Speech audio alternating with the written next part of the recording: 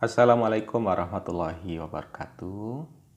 Ketemu lagi dengan Bapak kali ini pada mata pelajaran sosiologi untuk kelas 12. Nah, pada pertemuan awal ini kita akan mencoba membahas tentang perubahan sosial yang ada di masyarakat. Nah, sebagaimana kita ketahui bahwasanya dalam kehidupan ini tidak ada orang yang tidak mengalami perubahan. Nah, tentu kita ingin melihat apa itu perubahan sosial.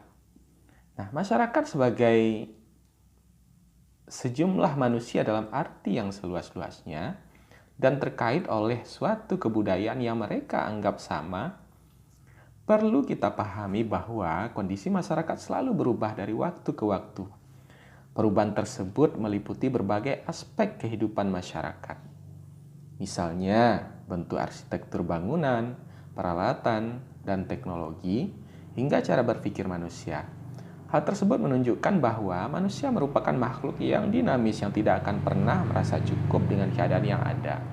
Sehingga terjadilah perubahan sosial. Perubahan sosial merupakan suatu yang penting karena kaitannya dengan usaha manusia dalam melakukan perubahan sosial. Pada dasarnya mempelajari perubahan yang terjadi dalam masyarakat merupakan suatu yang rumit, namun menantang untuk dilakukan. Nah, apa itu perubahan sosial? Gilin dan Gilin, sebagaimana yang dikutip Sukanto, mengungkapkan bahwa perubahan sosial adalah suatu variasi dari cara-cara hidup yang telah diterima dan disebabkan karena perubahan kondisi geografis, kebudayaan, material, dan komposisi. Kalau di slide ini kita lihat bahwa apa yang dimaksud dengan perubahan sosial.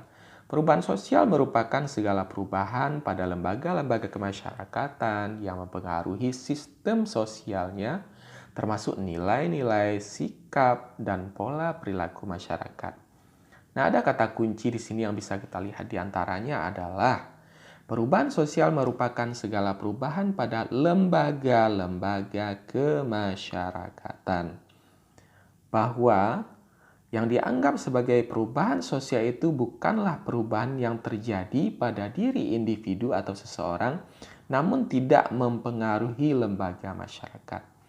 Tetapi bisa saja sebuah perubahan sosial itu merupakan perubahan yang terjadi pada individu-individu yang ada di masyarakat, tetapi ikut mempengaruhi lembaga-lembaga kemasyarakatan yang ada.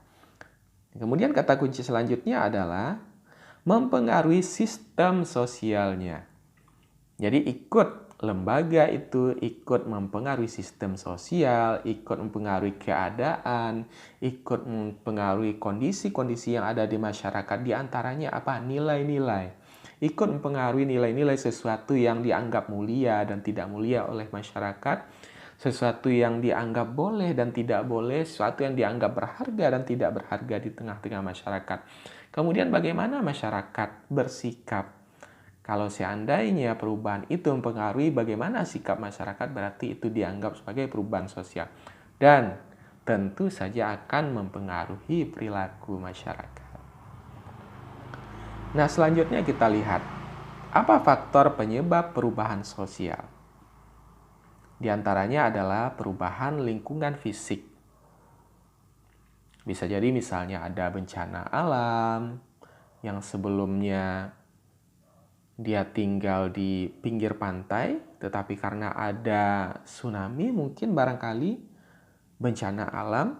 Nah, setelah itu terjadi sebuah perubahan-perubahan besar. Nah, misalnya kita lihat Kota Padang yang pernah dilanda gempa, atau misalnya Aceh yang pernah dilanda tsunami pada tahun 2009. Nah, kita lihat terjadi perubahan-perubahan yang sangat-sangat signifikan pasca bencana itu terjadi. Kemudian ada penemuan baru, bisa jadi itu teknologi, ilmu pengetahuan yang ikut membantu aktivitas manusia, sesuatu yang sebelumnya dikerjakan itu rumit dengan adanya teknologi, sehingga apa yang dikerjakan itu menjadi lebih efektif, lebih efisien, dan memudahkan kehidupan masyarakat tentunya. Nah, kemudian ada perubahan jumlah penduduk. Nah, jadi bahwasanya komposisi penduduk itu ikut mempengaruhi perubahan-perubahan yang ada di masyarakat. Kemudian terjadi sebuah perubahan lembaga sosial. Sebagaimana kita ketahui di Indonesia itu pernah ada reformasi, pernah terjadi aksi reformasi 98, kemudian jatuhnya Soeharto setelah berkuasa selama 32 tahun, diikuti dengan adanya reformasi dan sampai hari ini. Jadi itu selalu terjadi sebuah perubahan-perubahan yang terjadi pada lembaga negara kita. Nah, selanjutnya juga masuknya kebudayaan dari masyarakat lain. Nah, bisa jadi ada budaya yang masuk ke Indonesia, misalnya ada budaya Eropa, ada budaya Arab, ada budaya Cina, itu ikut mempengaruhi kehidupan masyarakat tentunya. Kemudian ada juga pemberontakan atau revolusi seperti yang Bapak sampaikan tadi, misalnya reformasi, kemudian peperangan. Jadi peperangan ikut mempengaruhi perubahan di dalam masyarakat. Kemudian pertentangan dalam masyarakat atau konflik yang terjadi. Nah, selanjutnya kita melihat apa saja faktor pendorong perubahan sosial. Nah, yang dianggap sebagai faktor pendorong perubahan sosial yang dimaksud di sini adalah bahwasanya orang akan terdorong untuk melakukan sebuah perubahan sosial yang dianggapkan di sini adalah sebuah perubahan sosial ke arah yang lebih baik tentunya. Nah, diantaranya adalah pertama adalah sikap mudah menerima hal-hal baru, jadi tidak berprasangka terhadap sesuatu yang baru datang dari luar gitu, atau dengan teknologi yang baru, atau misalnya dengan masuknya budaya-budaya yang baru seperti itu. Nah, itu ikut mendorong terjadinya perubahan sosial. Apa contohnya? Pertama adalah teknologi. Nah, misalnya kalau dulu masyarakat petani di sawah cukup menggunakan cangkul atau misalnya bajak dari hewan, dari kerbau atau sapi untuk mengolah sawahnya. Kemudian ada teknologi baru. Misalnya ada traktor, atau kemudian ada mesin perontok padi, ada mesin untuk menanam padi dan segala macam. Nah, itu ikut mendorong terjadinya perubahan-perubahan sosial di masyarakat. Kemudian yang kedua, orientasi ke masa depan. Bahwasanya dalam hidup ini seseorang harus optimis menghadapi masa depan. Nah, Bapak hubungkan dengan kondisi kita hari ini, pandemi COVID-19. Apapun yang terjadi dengan COVID-19, supaya ada perubahan, optimisme, makanya kita tetap harus berorientasi pada masa depan, kita tetap harus memiliki harapan, dan kita harus tetap memiliki ikhtiar bahwasanya meskipun kondisi COVID-19, tapi ekonomi tetap berjalan, tetapi kehidupan kita tetap berjalan, bahwasanya kita tetap harus melakukan sesuatu yang bisa kita lakukan untuk bertahan hidup, untuk merubah keadaan dari hari ini menjadi hari esok yang lebih baik tentunya. Nah, selanjutnya adalah kontak dengan kebudayaan lain. Mirip seperti yang Bapak sampaikan yang pertama, sikap mudah menerima hal-hal yang baru. Ya bisa saja hal-hal baru itu adalah budaya dari orang lain. Misalnya kita menerima misalnya budaya-budaya dari Eropa, dari negara-negara modernisasi, dari negara maju. Itu kita terima budaya mereka, diantaranya mereka sangat menghargai ilmu pengetahuan, sangat efektif, sangat efisiensi, time is money, dan segala macam. Nah, orang-orang yang menerima kebudayaan ini tentu dia ikut mendorong terjadinya sebuah perubahan sosial. Namun bukan berarti kita melepaskan diri juga dari berbagai aspek negatif dari masuknya kebudayaan itu sendiri. Karena biasanya sesuatu yang masuk itu bisa saja bagaikan pisau bermata dua. Ada sisi positif, ada sisi negatif. Namun faktor pendorong perubahan sosial yang dimaksud pada hari ini adalah pada konteks yang positif tentunya. Yang keempat, sikap menghargai karya orang lain dan keinginan untuk maju. Jadi mirip juga seperti yang tadi sikap menerima hal-hal baru, kita positif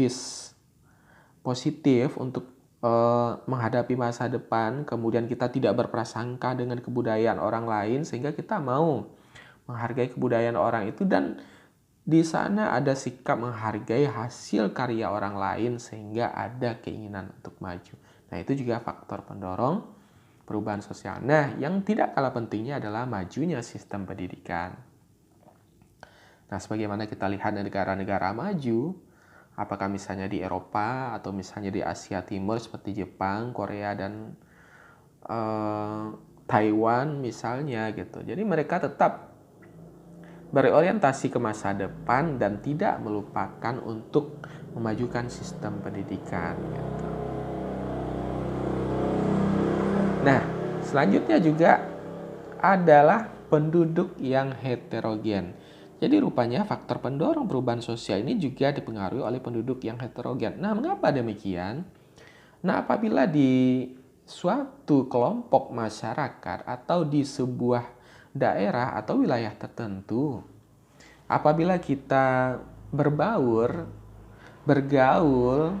kemudian bersama-sama dengan berbagai perbedaan-perbedaan yang ada, tentu kita akan mampu melihat berbagai perbedaan-perbedaan tersebut, misalnya perbedaan budaya, perbedaan bahasa, perbedaan agama, perbedaan profesi, perbedaan orientasi, perbedaan hobi, minat, dan segala macam gitu loh. Perbedaan pandangan. Nah, perbedaan-perbedaan yang ada tersebut ikut mewarnai sistem kehidupan masyarakat, sehingga apabila kita sudah terbiasa menikmati perbedaan tersebut, maka kita akan mampu menghargai perbedaan.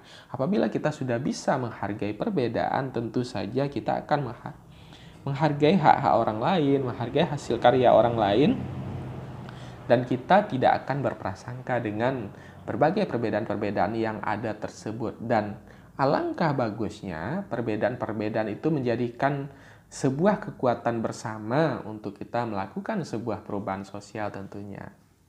Oke, barangkali Ananda, mungkin itu yang bisa Bapak sampaikan untuk pertemuan kita kali ini. Sampai jumpa pada pertemuan selanjutnya. Assalamualaikum warahmatullahi wabarakatuh.